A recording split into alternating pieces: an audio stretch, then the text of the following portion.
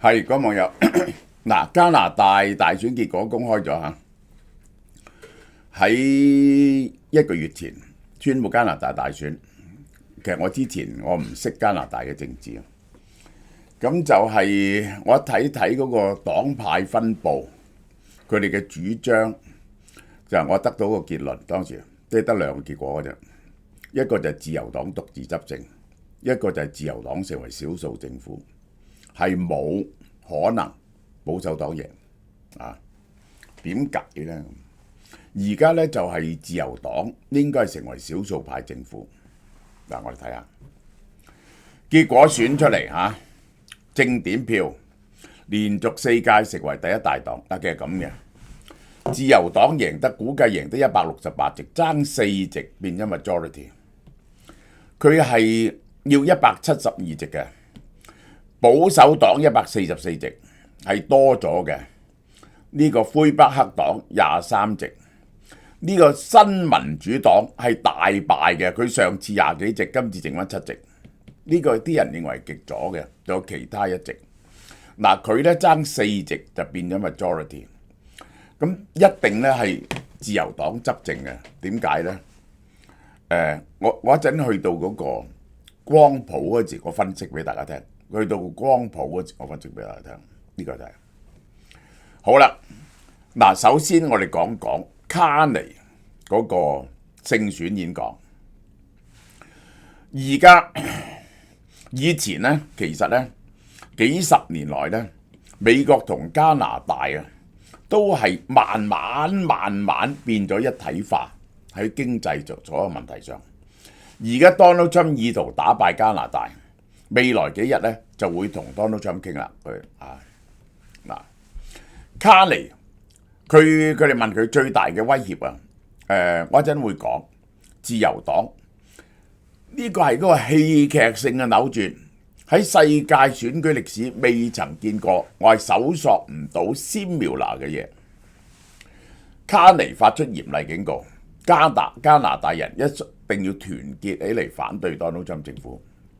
美國人想要我哋嘅土地，合併土地，我哋嘅資源，加拿大有好多森林啦，好多礦產啦，石油啦，我哋嘅水資源，我哋嘅國家因為加拿大上游啊，嗰5大湖嘅上游，好多水咧係要靠加拿大。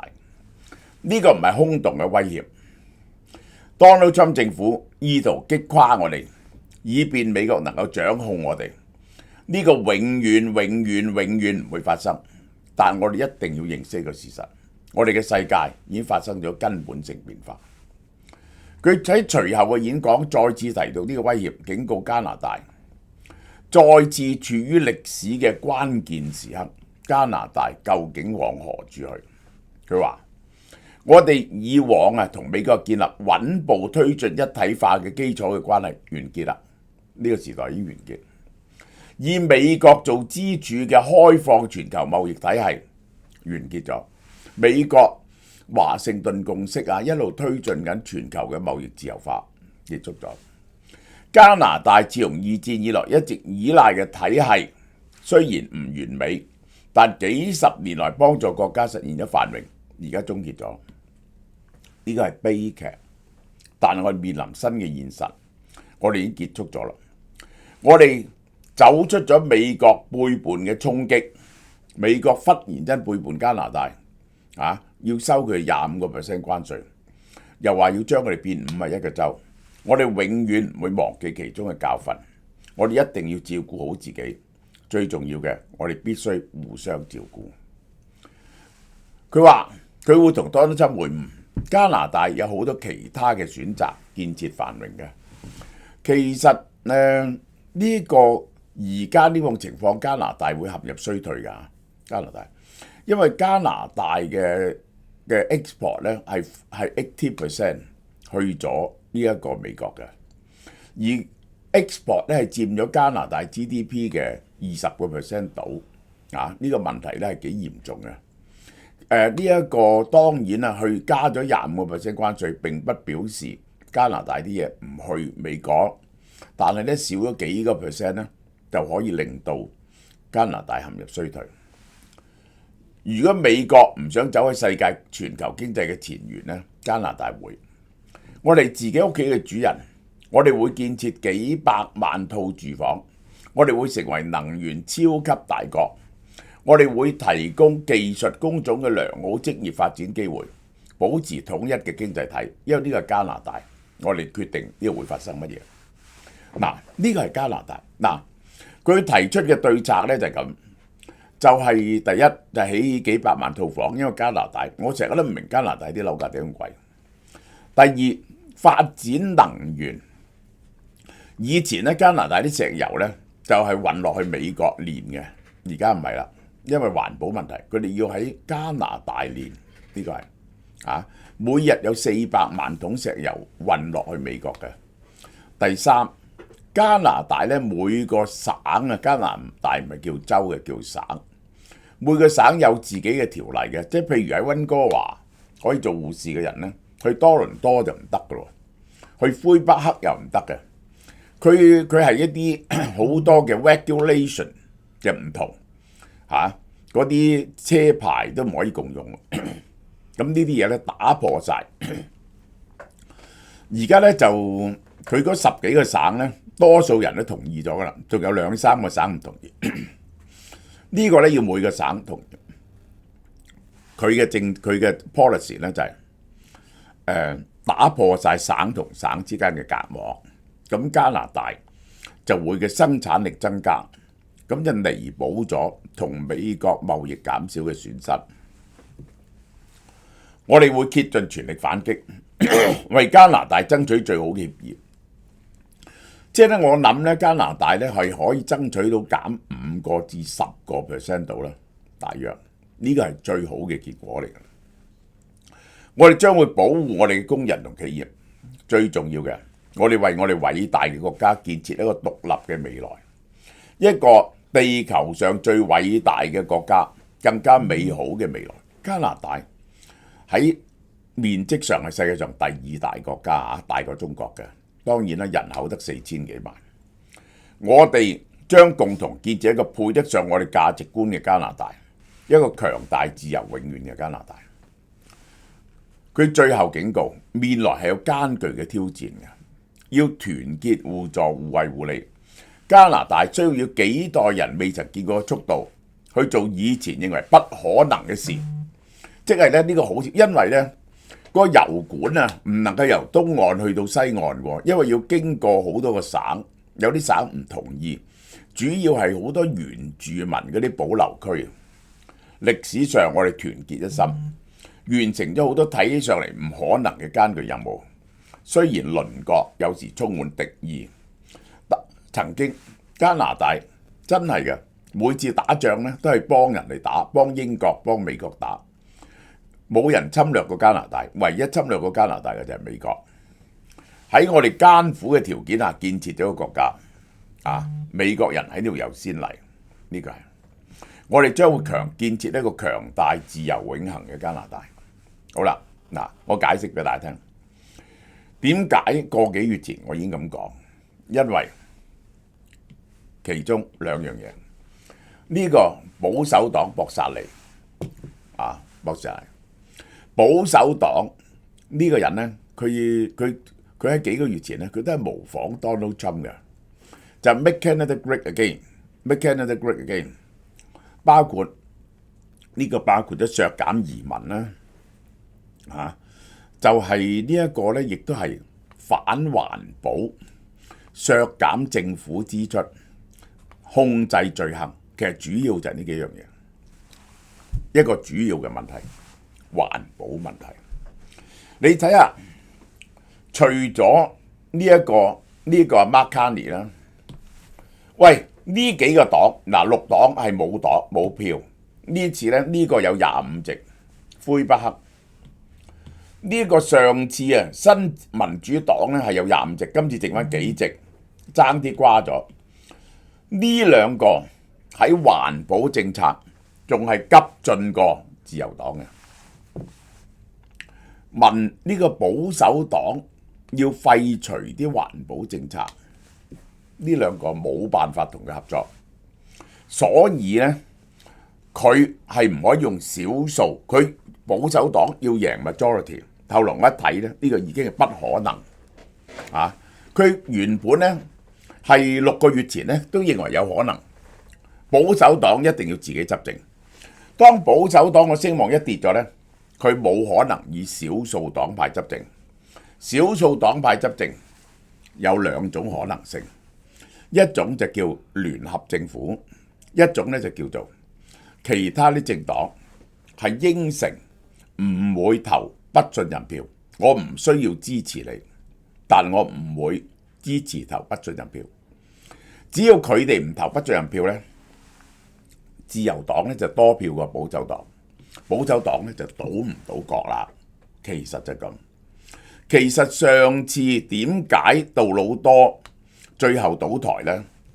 就因為新民主黨撤回咗唔會投不信任票檔案，所以杜魯多即刻倒台。大家清楚咯。喺環保政策上嗰條線喺邊度？呢2個政黨可以唔反對自由黨，佢哋一定會倒保守黨。魁北克係加拿大最環保嘅嗰個省，佢環保條例最嚴厲嗰個省，同保守黨係完全南轅北轍。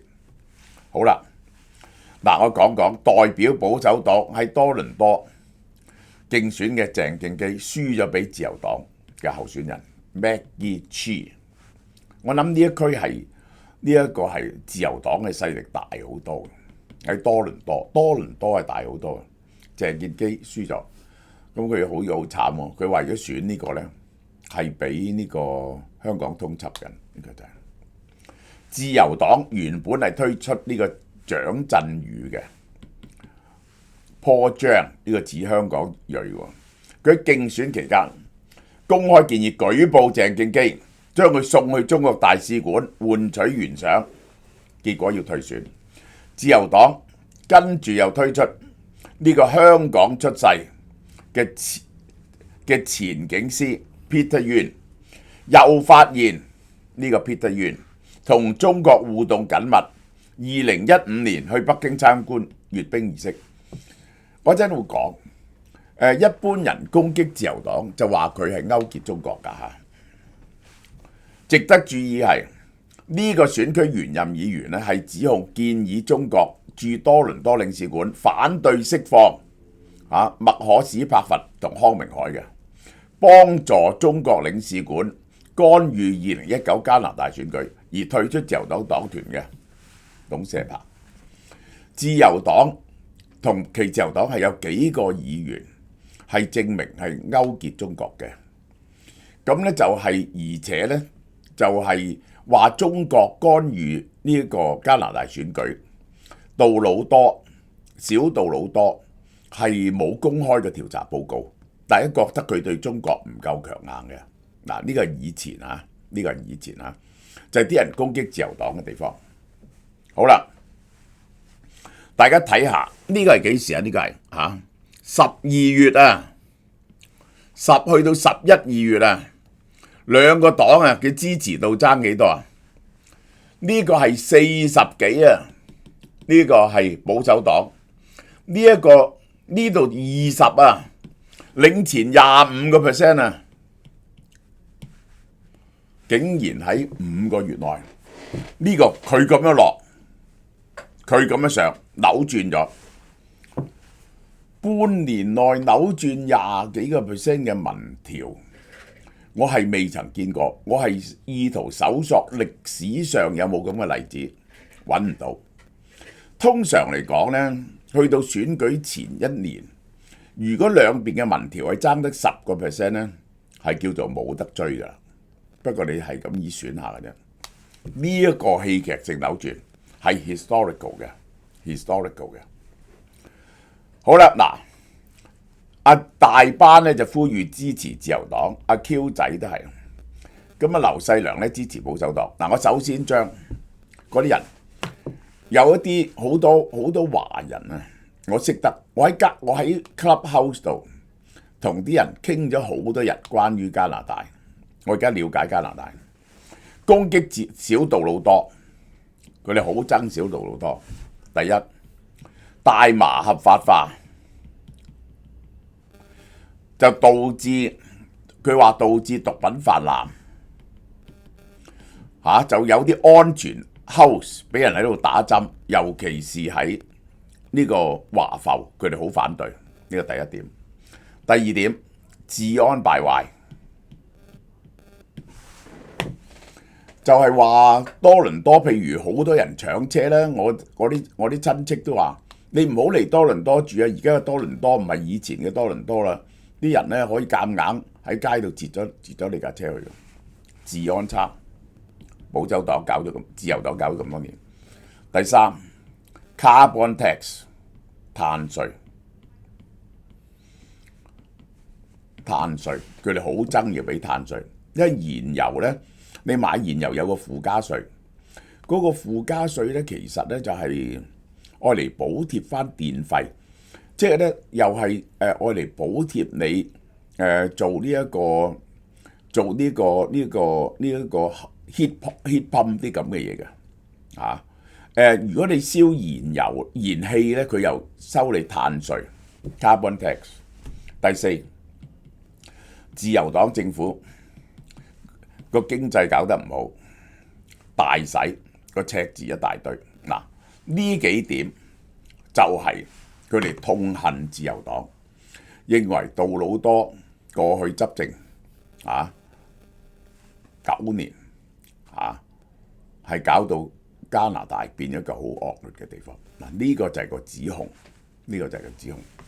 好啦，我哋睇下呢個係咪事實呢？咁我發現呢個好難講係事實，呢個係好難講嘅事。其實呢，呢個就係呢個哈柏時代呢，就係保守黨，哈柏時候保守黨。你見到佢嘅赤字咧，就係0點幾、1點幾、1點幾、1點幾。到咗小杜魯多咧，0點幾、1點幾、1點幾，係去到2022年呢度大增，因為經濟衰退，因為疫情經濟衰退大增。累積嘅赤字係點咧？債務比例，小杜魯多上台嗰時咧係91%。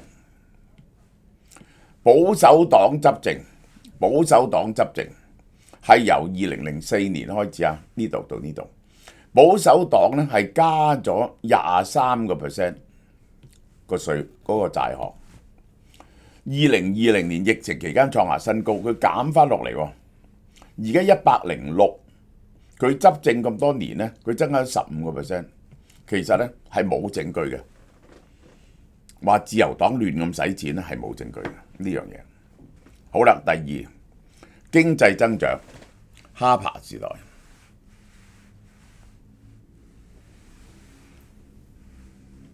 呢個係小杜魯多，呢個因為疫情，其實雙方嘅成績差唔多。好啦，罪案係杜魯多時間罪案增加咗，去到呢度。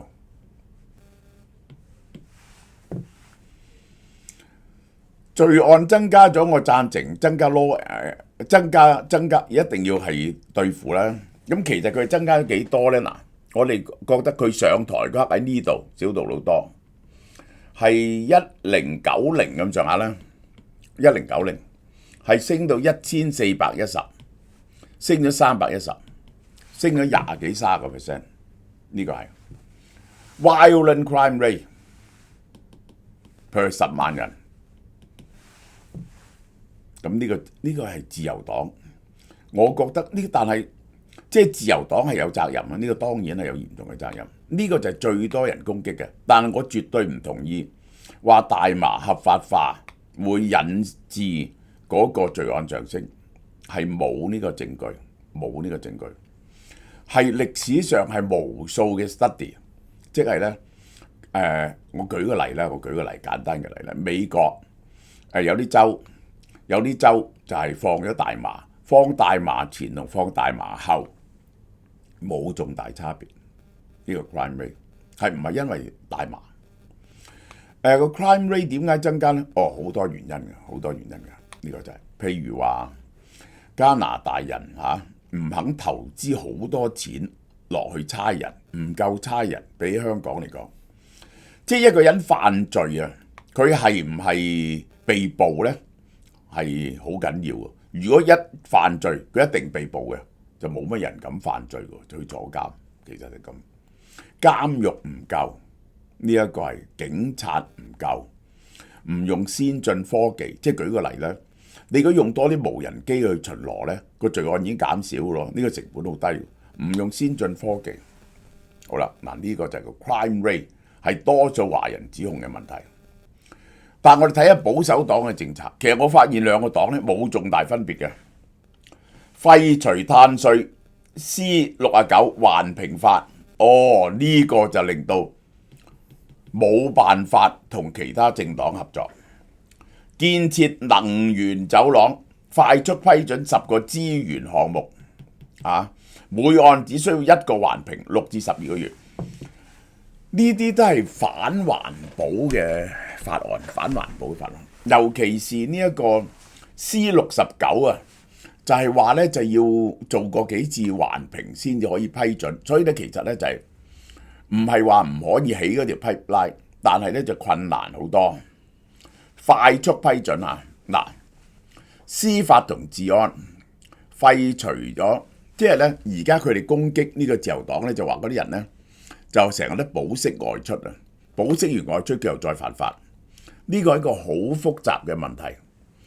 即係咧原理上咧，你拉咗人咧，未曾告得入咧，係得4種理由唔准佢保釋嘅啫，其他都唔係理由。第一，佢係會走咗去啦；第二，會串口供啦；第三，會毀滅證據啦；第四咧會繼續犯案啦。咁你要 prove 到其中一樣嘢，然後先至可以將佢關押嘅。咁就話嗰啲咧請啲僆仔就去偷車或者搶車，保釋咗出嚟咧，佢好快就犯。咁我哋話好啊，佢保釋咗出嚟犯啦，佢第二次又犯啦。咁如果佢去到第3次咧，個法官就會覺得佢係咪會連續性犯案，就應該將佢收押。呢個我係贊成嘅。咁啊，第二我係唔明白喎。如果個僆仔犯案第一次你保釋，咁起碼幾個月後你先拉到第2次㗎，然後拉到第3次，咁第一單案係咪已經要審咧？佢係咪應該已經去咗坐監咧？其實咧，如果佢幾次保釋外出，然後咧佢陸續告佢咧，不過佢後邊坐好長監喎。舉個例，喺呢度拉佢，你俾佢保釋；呢度拉佢，佢就俾佢保釋；呢度拉佢保釋。終於第一單案審啦，佢坐監，坐咁下咧，告第2單，告第3單，佢呢度坐長咗。好啦，加強懲罰親密伴侶暴力，對嚴重罪行判終身監禁。簡單啲嚟講，用但書條款判處多項連續終身監禁，佢哋根本係冇辦法改善噶。呢啲唔係改善到治安嘅方法。加強刑罰從來唔係可以改善治安嘅。我講俾你聽，喺歷史上冇呢件事。以前嗰啲法例好嚴苛嘅。我舉個例，喺英國呢個法律改革之前有120幾條罪咧係判死刑嘅。嗰陣時嘅犯罪咧係遠遠比而家多嘅。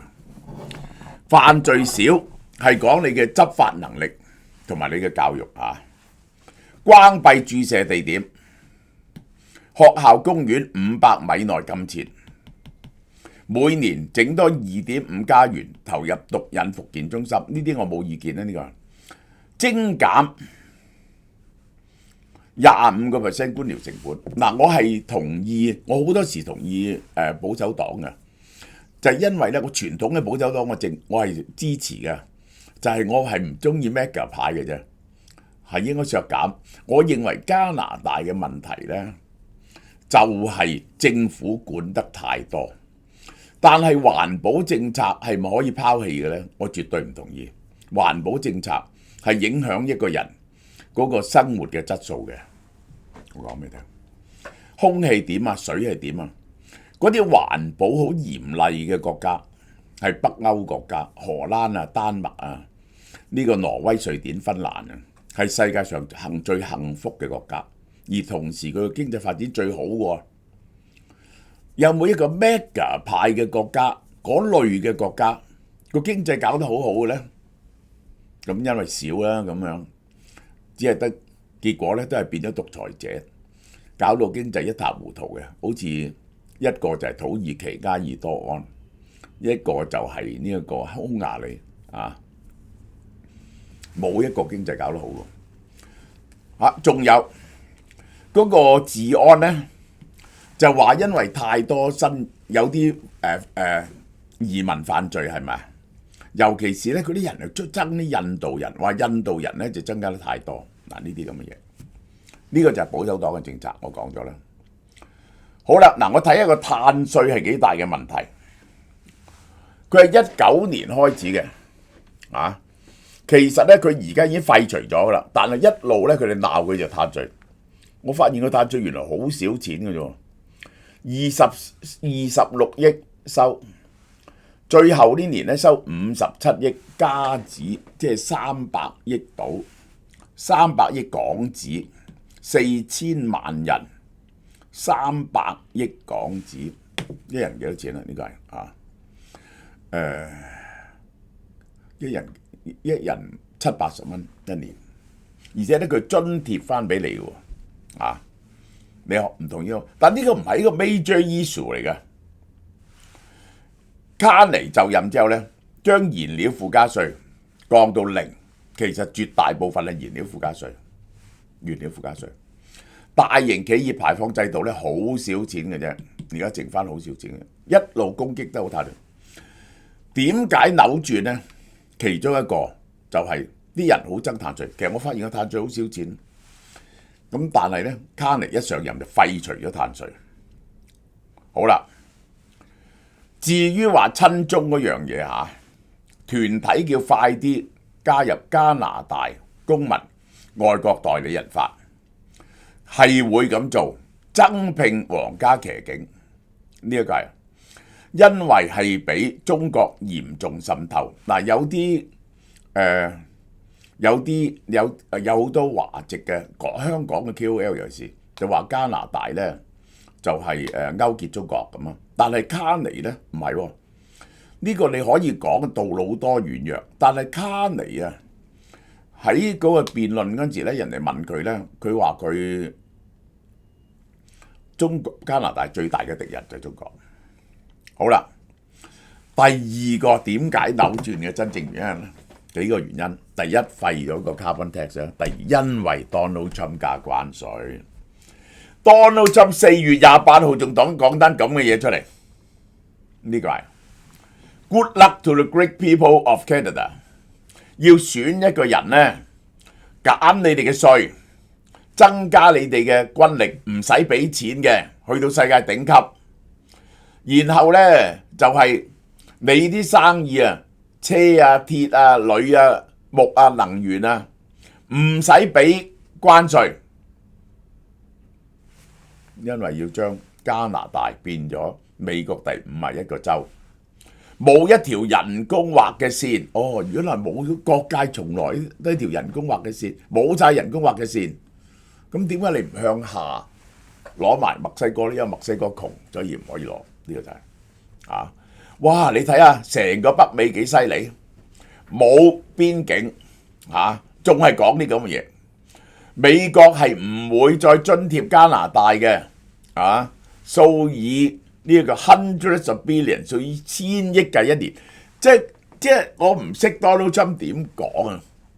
加拿大對美國嗰個貿易順差咧係800-900億，任你噏就，而係咧加拿大喺無形貿易嗰度咧係俾翻300-400億呢個美國，任你噏就300-400億，佢咧就講到3-4千億。呢個就係 make no sense， 呢個係加拿大法，就係因為 Donald Trump 呢一個關稅政策，而嗰個保守黨嘅候選人呢係學 Donald Trump 嘅嚇，佢係慶祝 Donald Trump 當選嘅，係一個小 Donald Trump 嚟嘅。哦，呢個造成呢個戲劇性嘅選舉，戲劇性嘅逆轉，就因為 Donald Trump 關稅同埋對加拿大嘅威脅，呢個就係好啦。作為保守黨嘅博薩尼呢，意識形態似共和黨喎，因此受影響。保守黨同美國共和黨有關聯。佢仲有一樣嘢嘅，佢其實仲有一樣嘢嘅，就係佢從來未做過一出嚟就做政治嘅，冇做過正式工啦，冇職業經驗啦，而且咧佢係唔肯，唔知點解佢唔肯做 security clearance 喎。好啦，換人第一個就係換咗 Mark Carney， 嗰啲人好憎杜魯多，換咗 Carney。Carney 1965年出世，65年出生，咦，佢都係60歲咯。經濟學家，呢個係學霸嚟嘅。嗱，始終佢係精英中嘅精英，畢業於哈佛大學、牛津大學，做投行出身。2008年、2013年做加拿大央行行長。佢話呢，2008年有啲人話有啲人話唔係呢。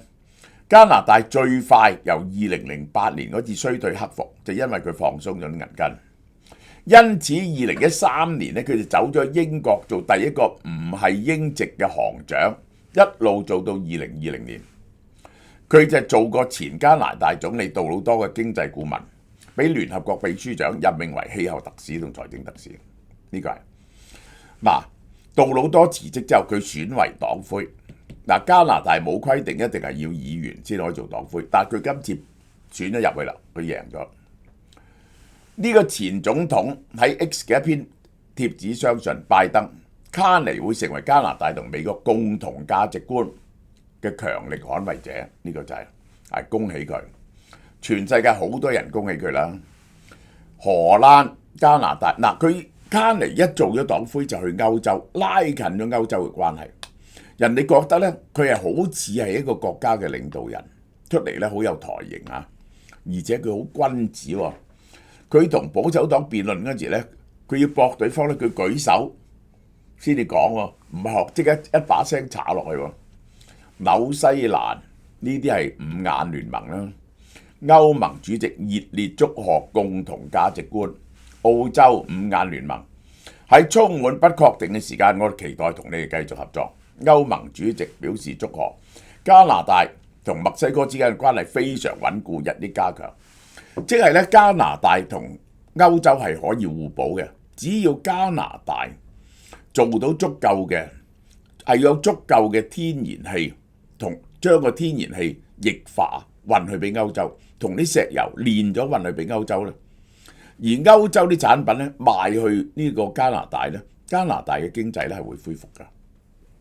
嗱，我唔係企喺任何一邊，我係明白嗰啲人點解咁憎小杜魯多。有啲嘢係事實，有啲嘢唔係事實。最大嘅 concern 就係治安真係壞咗，但係治安係差咗，但係治安差咗唔關大麻事。我話俾你聽，呢個絕對唔關大麻事，係警力嘅唔夠，教育嘅失敗係更加重要，係更加重要。而加拿大人肯唔肯俾多啲錢，起多啲監獄，請多啲警察呢？同埋係咪要教啲學生由小開始教啲人要有法治精神？唔好犯法咧，好驚犯法咧，呢個就係其實呢個係關鍵。而且有啲嘢咧可以用技術問題解決嘅，我唔明咯。偷車容乜易解決啊？用呢一個追蹤，即係只要咧喺嗰個車用晶片入邊一定裝個 GPS， 你唔刪得佢，一刪咗佢，嗰架車就唔行得。我知道架車喺邊，而且咧出境話啲車運咗去非洲啊！呢個真係好笑，真係。